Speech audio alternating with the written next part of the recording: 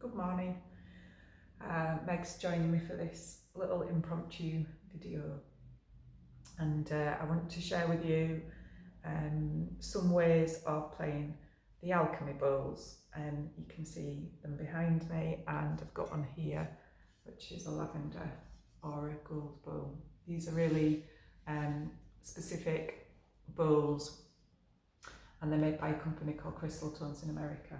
And just watch out when you play one near a dog, is all I've got to say.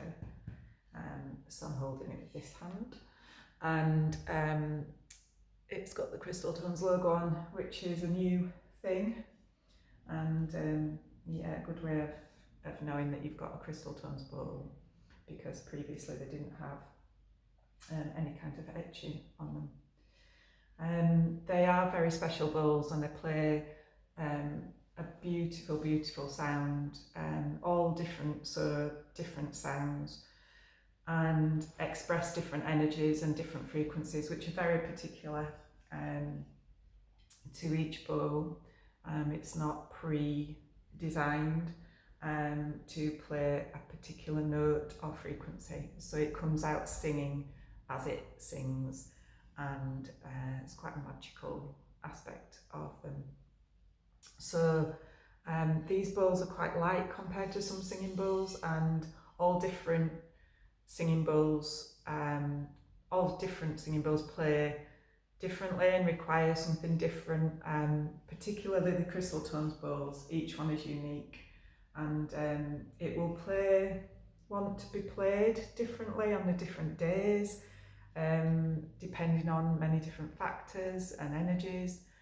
An environment, so it never plays exactly the same way, and so I think why I'm saying that is it's important to be really present with the bowl on any given day, in any given moment, and that's the key really to working with these bowls. I feel is about presence.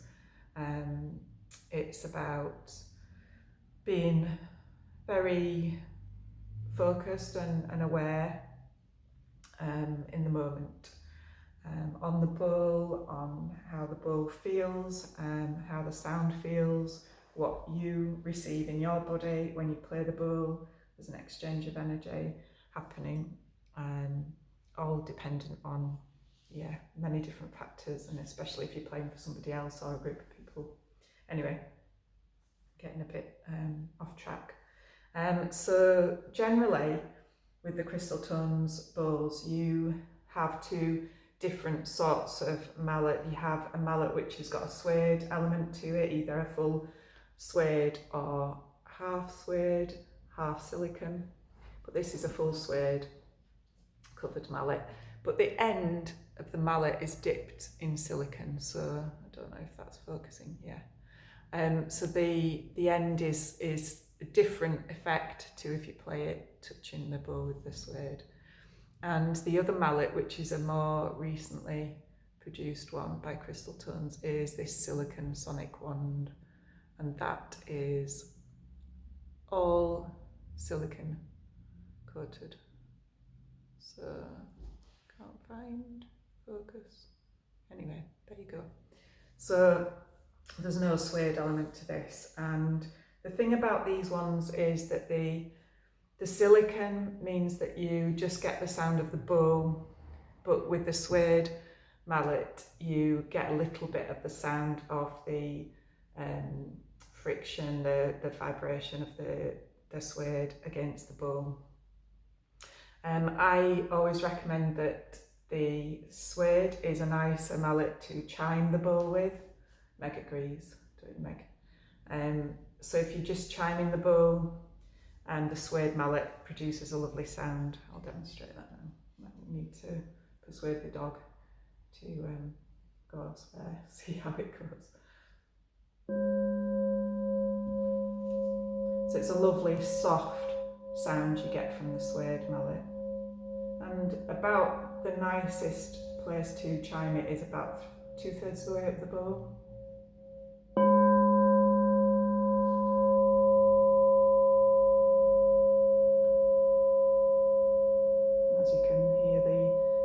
Crystal Tones bowls have a long sustain on them generally. I mean, all bowls are different and sing differently, as I said, but they tend to have a really good sustain, so the note rings out for longer. And as the note comes into silence, it's a really, really beautiful silence. So that's the chime. So with this mallet, you can chime the bowl, but I find it a little bit heavy and a little bit hard, so it has a different quality to the sound. And you can hear the impact of the mallet in a way that I feel is perhaps, don't know, what do you think?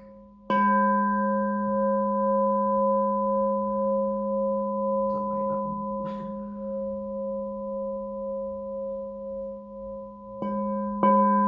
That's a lot softer. The sound seems to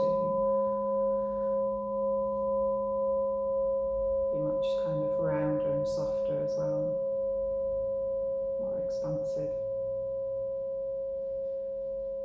So yeah, that's one thing with these bowls, is sometimes it feels like you can play the bowl and it's kind of restricting the sound of the bowl. So I'll just demonstrate playing the bowl. So I'm going to use this sonic wand.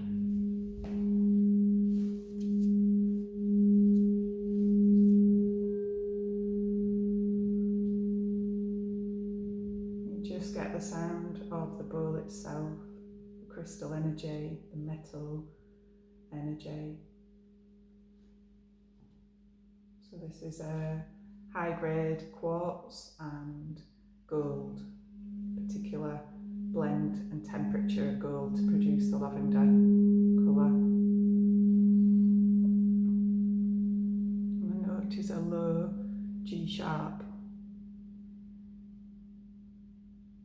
And so that's with the silicon mallet, the silicon sonic wand. And then I'll play it for you with the suede mallet. So you hear the sound of the suede. But it's a really nice way to play it because people can feel that kind of friction, and it sends a nice kind of wave through people's bodies when they're receiving that sound. Sometimes just has more impact, and it certainly gets the bowl singing louder.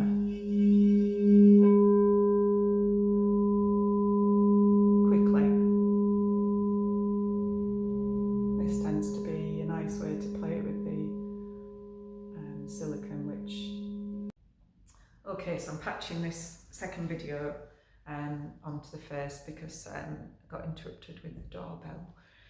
And no, Meg, she's shot upstairs and is now having a breakfast. So yeah, I was just playing the bowls a little bit differently. I wanted to do a video because then you can see, you know, the bowl and the mallet in action, so to speak.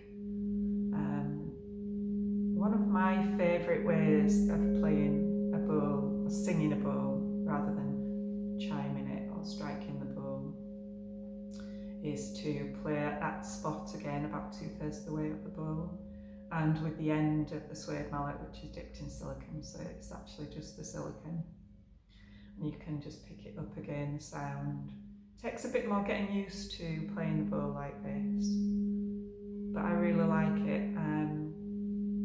Can I explain why? It feels like I've got a little bit more control playing it, excuse me, playing it that way. And it can slow it down and just sort of pick it back up again, increase the volume, and then lift off when it feels like it needs to sing. So that's another thing about these bowls, is if you play them maybe fast, or it's just particular bowl, quality of a particular bowl, it can buzz, and it's almost like you can feel the restriction in the sound with the mallet on the bowl, and you need to lift the mallet to allow the bowl to sing out, rather than restrict its energy and its sound. So there's just a presence there when you're playing it, and the bowl will show you when you need to lift off. So you just hear that little buzz then. So when I heard that buzz, another way you could either lift off, or another way is to just kind of slide onto the suede part, and that tends to just remove that need to sort of lift off the bowl. It stops the buzzing if that happens. But it's always a case of just being in that moment, being with the bowl and listening. It's more about listening than playing almost. So you don't really have to do very much to play them. People are always really surprised in a sound bath, and they ask me to play the bowl after the sound bath, and when I play it, they're just gobsmacked that that sound has just come from virtually no effort. That you can get this incredible sound. So what else was I going to mention? There's so many things that you can talk about with regards to playing these bowls, and I don't want to spend too long in this video. So is that it? There are lots of different mallets you could use to play a bowl, but I think these two tend to have it covered for me. Let me know in the comments if you find other things good, if you enjoy other ways of playing the bowls. But I think as a basic, these two mallets give you a lot of options really. There is a mallet which is produced, and it's a beautiful sound. It's a silicone tipped mallet, but the bit that you hold is glass, and I find that although it's a beautiful mallet, if you catch the bowl with the glass end, just by accident, then it's a little bit sharp and yeah, because they're very delicate bowls, it's really important to have a sense of control and safety around them as well. And so whatever gives you that comfort, because of course you've got to be really comfortable when you're playing the bowls. They amplify any energy in the room, but predominantly your energy. So yeah, the other thing I was going to say just before I finish this video is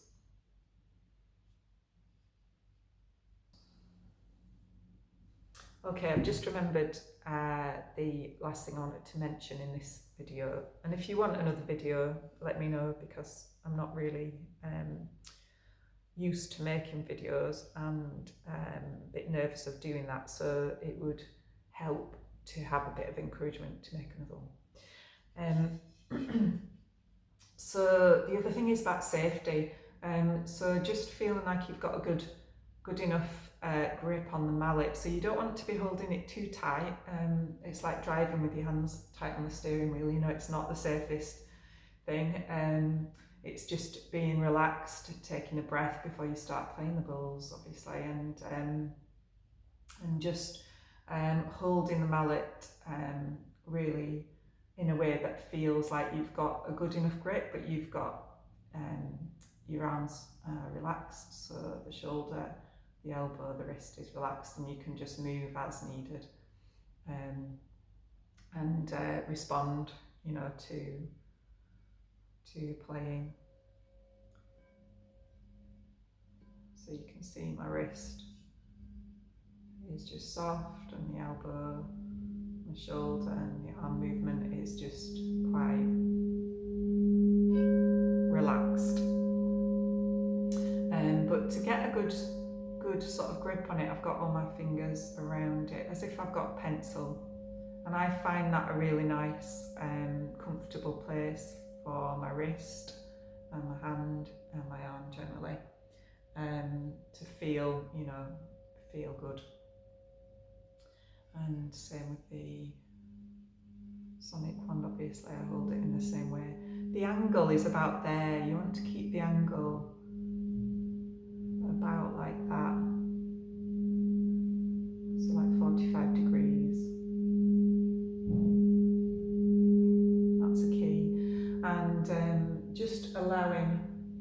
using the natural weight of the mallet. So because this mallet is slightly heavier, some bowls will really like it, other bowls might prefer a different mallet, but it's got a nice, useful, particular weight about it. It has this sonic wand. But yeah, same angle, and yeah, remember that nice place to chime the bowl or to play the bowl. It's about 2/3 of the way up. Okay, I think that's enough for first video. Thank you for watching this video, and if I get one request to do another video, I will do one. And so if there's anything else you would like to ask about with regards to the alchemy bowls, or for me to chat about, I'm more than happy to do that.